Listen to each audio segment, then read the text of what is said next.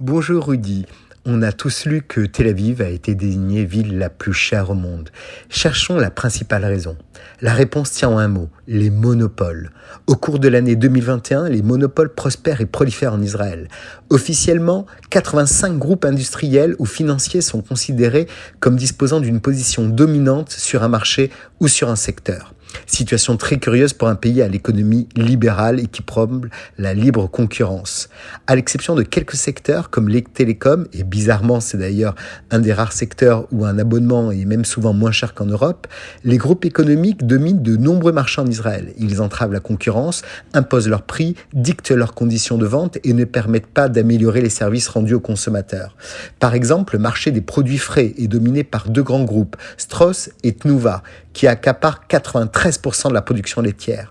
Il en a de même dans la construction, Shikun Binouy, l'agroalimentaire, Elite et Ozem, et les transports routiers Eged, sans compter l'exploitation gazière avec Nobel Energy, qui a passé un accord avec une compagnie israélienne. Peu de gens savent que lorsqu'ils nettoient leur cuisine en Israël, le prix de leur savon liquide Palmolive et de leur spray pour vitres Ajax est fixé dans tout le pays par un seul importateur et distributeur israélien qui leur fournit également leur dentifrice Colgate et Elmex, les produits de beauté Revlon et Neutrogena, le déodorant Speedstick et les pansements et autres. Toutes ces marques sont franchisées exclusivement à une seule société dont peu de gens ont entendu parler. Elle s'appelle la société Chesovitz.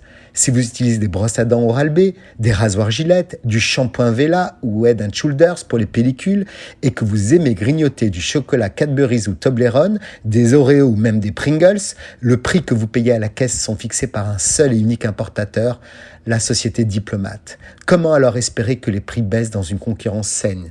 On se rappelle qu'après des manifestations de masse qui ont fait descendre des centaines de milliers d'Israéliens dans les rues de tout le pays en 2009, on estimait déjà que les 10 plus grands groupes commerciaux contrôlaient 41% de la valeur marchande des entreprises publiques. La Knesset avait adopté une législation antitrust pour encourager la concurrence et réduire les monopoles en 2013, mais pas avec beaucoup de succès. On se rappelle que ces familles sont les premiers à financer les campagnes politiques, évidemment.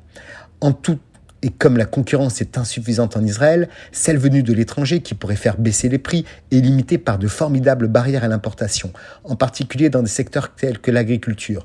On ne compte plus les normes qui font en sorte qu'un produit qui est certifié CE ou même de la FDA américaine serait impropre à la consommation d'un pays de 8 millions d'habitants qui a créé ses propres normes. Que dire aussi des produits cachers étrangers qui ne le seraient pas pour Israël, ou des vins cachers made in Israël qui sont moins chers en France que dans leur pays de fabrication. La colère gronde et le peuple israélien commence à perdre patience. Très bonne semaine à tous.